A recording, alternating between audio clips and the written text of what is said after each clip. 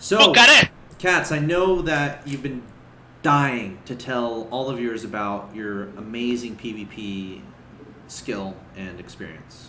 Oh, yeah, girl. So why don't you tell us Okay, about so PvP? we're gonna have a PvP on Star Station. It's actually not forced cross. And I saw Todd complaining on Twitter about something like this. So this is weird. Are they gonna want to regame or? No, this is the right map. I think their DreamHack permits non-force cross spawn. I think, Okay. as far as I know. I mean, I don't make the map pool or anything. I was just told that. So If one of them scouts cross positions, there might be a dispute later on. That's all I'm saying. you think if so? They don't, Let's make a bet. I know you're a betting man. I'll give you 5-1 odds. Uh-oh. let's see. Okay, Yeah, maybe I'm not gonna bet. Dude, is Todd gonna be upset? Because DH version, does that mean force cross? I can't type to them. No. DreamHack version means not force cross. But that's what I'm Todd is saying. Do you think Todd thinks that DreamHack version means force cross? No. Oh, okay. He was just double checking to make sure that this is not force cross. Well, you're already nailing the analysis in this match, Mr. Katz. I'm very impressed. Thank you. Your PvP knowledge is unequal. Yeah, we see both dropping a gas. This is all pretty standard. Are we gonna see a second gas? I'm guessing yes. Yeah. If they're Check. not doing a second gas, Second it gas for means both of them. either A, a really fast Nexus, I guess, or B, a 4-gate without stalkers. No, you could have stalkers with one gas. Right, but you can't, like, not exclusively stalkers, right? Right. Of course not. Yeah. Like warping of zealots, Sure. or like the first few zealots and stalkers. Yep. Then I think like half and half kind of. Yeah, exactly. But we're seeing both getting 2 guys. So what's going to happen here? They're probably both, well, what do you think about Mothership Core play in PvP? I like Mothership Core play if you're gonna use it somewhat offensively. Like if you do like a 3 stalker push or something like that, which looks like neither player is gonna go for. I mean, they both seem to be comfortable staying in one gate, and they're both making a zealot. So I think we're gonna see like both taking up to like either Stargate or Robo. And actually, we have a Twilight Council going up for Starnan. So I'm a little bit indecisive on whether to get a Mothership Core or not, because it's 100 gas and 100 minerals you're sinking into, Mothership Core, and it's like, I feel like its main utility is obviously the Photon Overcharge. Like, I don't think Time Warp is that, I mean, it's nice, but it's not game changing. And if it means, go ahead. Yeah, I think the time warp can be great if you're pushing with like that's 3 stalker push, Right, but then then you're making sure that you kill some units. And then Yeah. it's now we are seeing a Mothership Core from Todd, and this is to be expected because he's taking an expansion. Yes, absolutely. I agree 100%. But conversely, or inversely, or contraceptually, we have Starnan skipping the Mothership Core so he can get a faster blink. And that's where I think it's okay to skip the Mothership Core. If you're like teching to something really fast and it's like really important you get blink out or something, like if you get a Mothership Core before all that, guess what? Your blink's going to be however much gas later, 100 gas later, 100 minerals later, and that's not necessarily something you want if you're really going for an optimized timing, right? Yeah, you're absolutely right on that. And now he's making the Mothership Core after, like Yes. you said, start something after getting stalkers going. And that's mainly something he's gonna need with his build for spotting, right? Like especially what he's going up against, like from Todd. He's gonna want to blink, and there's so much room to blink on this map up in the main. I would say Starnan has a small edge in this match. Now Todd did drop a really fast robo and is starting already Immortal production. Of course, Immortals are gonna be fantastic against blink stalkers. Mm-hmm. I'm not sure, however, if I agree with the second sentry of Todd, because those sentries are gonna prove pretty much useless. Did he use the hallucinate? Oh, he's sending hallucinate up. He's sending it bottom right. Oh, guacamole. I guess that's fine. I just hope he doesn't expect his opponent to be there no matter what, because that will make him angry. Oh, it would. Todd's an Okay, angry. no, good. Okay, he's gonna send it the other way without any chatting. You know what? That's the reason I got second century, right? So you can do that hallucinate, but it's gonna fizzle out before it even gets there, or will it? Yeah, well, that kind of It's kind of unfortunate. And now here comes the big push. Lots of stalkers. We got a Mothership Core providing that high ground vision. So in a world where before you could force field the ramp and not let the stalkers get up, it doesn't exist with the Mothership Core here. But look at this. The photon overcharge is done. And all of a sudden the fast nexus is safe. However, Star Station is made for stalkers to blink up there into the main base. Yeah, really beautiful play by Todd. He's not overreacting to this. He had enough to push those stalkers back, but he knows that Blink is a strong possibility here. This is not a Blink that I particularly like by Starnan. I'm not... Like with 2 Immortals there. There's no Zealots, that's a good thing. He is targeting down the Immortals, taking 2 Immortals out, but he is losing a lot of Stalkers, as you said, and he's pretty heavily invested. Oh, and he loses the Mothership Core. That means no high ground vision. That means he has to engage in the natural, where Photon Overcharge is. Yeah, and he's gonna be on a timer, so he doesn't want that Mothership Core to get another 100 energy, so he's gonna have to attack now. He has to go now. Yeah. And he can't attack the natural, that's the thing. He has to go to the main. He has to kill his opponent. Like, that's his only option. I think so too. This was beautifully played by Todd, but again, I am not sure I like that Blink by Starnan all that much. He might have been better off waiting. He kind of had to. He kind of, like, okay, well, waiting, go ahead. Like waiting for an extra win or something like that, perhaps. Yeah, but then another Immortal might come out, it's like... Yeah, you're right. Or like Warp and Zealots. Like, there are no Zealots there. Like, that's the one thing that was going for Starnan. Because if there are Zealots there and you blink on top of it, that's like the worst decision you can make, right? Because then the Zealots start chopping up at your Stalkers, which is like embarrassing for every Stalker that gets hit by a Zealot, because you're never supposed to get by a Zealot as a Stalker, even as a Blink Stalker, so...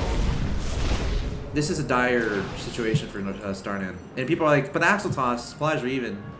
Well, ROOTCatZ, you want to tell them why it's a dire situation? Well, because Todd has an expansion up, and he's ahead in tech as well. Immortals are going to be better than Stalkers no matter what. Like, you can blink all you want, but still the Immortals are going to chew through you. So Todd has that on Starnan right now. And even if Starnan killed the expansion of Todd, he would still be, I think, somewhat behind in tech, right? Plus, yeah, I mean, they're about even on workers. Yeah. And, like, Starnan, this is kind of interesting because... Todd, you can tell he's kind of passively aware of, or a little bit scared of a potential blink into his main because he doesn't know if his opponent has a Rumble behind it and made an Observer to give him high ground vision. But now he's starting to realize, okay, he hasn't tried to go into my main. He doesn't have a Robo. Like, that's what Todd is thinking right now. And, you know, there's no threat now for Todd. He's like, okay, I don't have to worry about a blink into my main because he doesn't have a Robo. I'm just going to chill on my natural and defend this. And that's a great decision to make. And I think it was pretty obvious that Starnan's build was designed to use the Mothership Core for spotting. Yep. So once Todd got rid of that, then that makes it a lot easier for him. Then he doesn't have to sit up that ramp to defend against what Starnan's throwing. Oh, here's the problem though. Guess what was remade? Yep. Now I wonder if Todd identified that. I mean, this could be Starnan's saving grace here. Todd should know this. I mean, Blink. Like, you're not, you know, like Mothership Core posts out so fast. Oh, Starnan going in. I'm not sure I like the angle too much. It's as close as it gets, but beautiful. Yes. Guacamole on the rim. Almost gets the Mothership Core. Todd trying to push up the range. Starnan shown how to control Blink Stalkers and now sending a Zealot and a Sentry. Oh, he can force field. Oh. That, he only has 1 Sentry. He's adding on another Sentry. The natural might be dead. Still lost the Mothership Core though. Oh no. So that's a great move there from Starnan. He needed that. He did lose the Mothership Core though, you're absolutely right. But that's something Starnan needed. Absolutely needed. Yeah, not another force field though. He might lose a few of the Stalkers. It's away. With 1 more force field, he would have secured killing 2 more pylons, so that would have been worth it in itself. Now there is something that I don't know that I like too much. The Blink position that Starnan took was as close to Todd's army as it possibly could have been. I feel like if he blinked somewhere in the middle of Todd's base and then went and killed, you know, as many probes as he could, I think he could have gotten at least a good 7 to 10 probes. Yeah. And then it still has the same effect. Todd still has to pull back into his base. You can still force field the ramp, and then you actually gain a big advantage. As is, I don't think Starnan got a big advantage of that. I think he just even things out a little. Yeah, I think Starnan at this point is just trying to get even. Because behind this, he's getting a Nexus, right? So he has a late game play and he has a lot of Sentry Zealots back home. So I think he's definitely in a better situation than he was. And part of that blink in is, it's kind of interesting because I feel like a part of it might be, you know, you want to kind of still have that presence right outside the natural. He's got blink. Look, now he might blink. Like I would have liked to blink here earlier. Yeah. You know, like, look, same effect. Still, pulls out a lot of his army, like not mistakenly blink too much. one Immortal could actually get taken out by 4 Stalkers here. Good mic. Oh. Oh, Wow. Oh, nice. Starnan playing this so well. And Todd still has to worry about protecting that natural too. This is really cool play from Starnan. Yeah, this is a perfect map to do it. I mean, look at how much room in the main there is for Blink. And this is a fantastic map for Blink, a great map for Reapers. 4 Immortals now though. But again, what Immortals are as mobile as a Blink Stalker, right? They're not as mobile as a Blink Stalker. So that's what Starnan is trying to take advantage of. Stalkers versus Stalkers, he has 20 to his opponent's 15. So if he can just, oh wow, cheeky move, trying to take that Immortal. Just out-mobilizing, right? That's exactly what he's been doing. That's how he's been able to kind of pull himself back into the game. Maybe even giving himself a lead here. Yeah, perhaps. I mean, he still doesn't have a rope. Oh. Yeah, I was gonna say, I would like for Todd to split the Immortals 2 and 2 instead of 3 and 1. Wow. But Starnan has to leave here. I think that was very good for Starnan. I mean, taking down 2 Immortals. Units lost is actually really interesting. Take a look at it, Mr. Katz, before anything happens. Oh yeah, super even. Yeah, literally. 31 to 31, 5,300 to 5,325. It doesn't get much closer than that. But again, it was skewed much further in favor of Todd a lot earlier in this game. But now Starnan able to kind of bring it back. Yeah, absolutely. And yeah, Todd needs to keep producing Immortals. In my opinion, that's his one advantage over Starnan. So I'm not sure why he's stopping with that. Oh, he's getting his own Blink. Yes. Alright, so I don't like this at all. This is gonna give him that mobility to chase the Blink. Exactly. And if he doesn't reveal it, if he gets in a position where Starnan's gonna start trading costs inefficiently, he can even like blink to chase him to wherever he blinks, and that could be great. This is a really strange response from Todd. I haven't seen this too much in PvP. Starnan needs to identify that another Immortal hasn't popped out, and he has to be like, okay, that's resources here you're not using, so where are you using that, right? Do you think, Alex, that he can guess Blink off of that though? Like, I think well, certainly it's possible to guess it, but has he? I don't know if he has. The way he's playing, I don't think he has, because, yep, there's the Blink. Oh. Yeah, so I definitely don't think he guessed that, but again, it's something you kind of have to consider. If you're not seeing any more Immortals, right? It's like, okay, what is he doing? Okay, adding on a Robo Bay. He had a lot of sentries, so why not send a Hallucinate in there too? Yeah, I think Todd got a little bit overeager there. I don't know if that was the best time to blink. He revealed the blink when, like, I mean, granted, Starnan had already wasted, quote unquote, his blink, but I don't know. Todd was a little bit indecisive perhaps, and blinking there the last second, he only managed to pick 1 Stalker, where that blink, as a surprise, could have been so much more powerful. Now, Todd is still actually trying to catch up on the Harvester tab too. It's 43 to 34 in favor of Starnan. And Starnan has been keeping a lot of units back home, 4 sentries and 4 zealots, that Todd hasn't necessarily known about. So he could be a situation where Todd is like, oh, I'm dealing with just stalkers right now, where that's not necessarily the case. So I hope that doesn't, give him a false sense of security or anything like that. Yeah, Templar Archives. What is he gonna do? Storm? What, are we still at Starnan? Yeah. No, it's good. It's gonna be Archons most likely. And Charge Bots? Yeah. Oh yeah. Charge the Archon, and he might do a 2-base push here, because he just spent 300 resources on 2 gateways, which could have technically been another base. Obviously 100 more resources they're missing, but, you get the point. It's just like, so he might be trying to make a little bit of a push here as far as a 2-base all-in type play with Charge Lot Archon, and I think it could be a good move. Yeah, it could very well be. I think Todd just saw the Archons. Did you see the Archons? I'm not sure, but Todd's not really transitioning into anything right now, and this is going to be an uncomfortable position to attack Todd. There's a cannon, there's going to be the Nexus cannon, there's Force Shields available, as well as Guardian Shield. Now, we could try to do what Starnan was doing earlier, right? Blink into the main kind of a thing.